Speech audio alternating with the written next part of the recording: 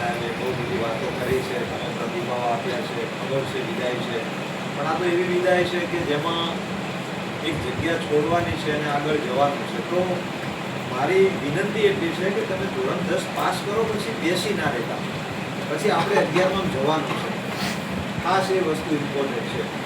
પછી ધોરણ 10મું પૂરું કરીને કે સાહેબ હવે 11મું તો આડેસર જવું પડશે, કંઈ જવું પડશે તો નહીં જવાનું, એવું ના કરતા ભણવાનું ચાલુ રાખો.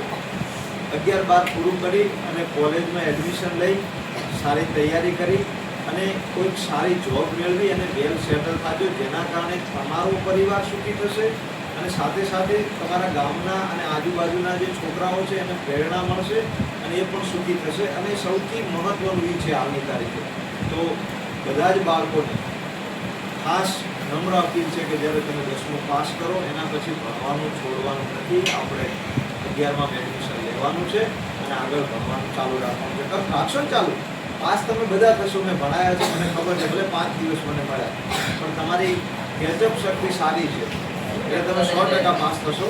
પરંતુ સાથે આગળ તમે બધા ભણવાનું ચાલુ રાખો.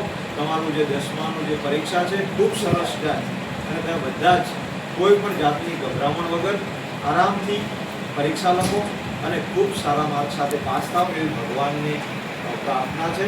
સાથે સાથે બધા જ બાળકો જીવનમાં ખૂબ પ્રગતિ કરો એવા મારા શુભાશીષ. બસ અસ્તુ. મારી વાણી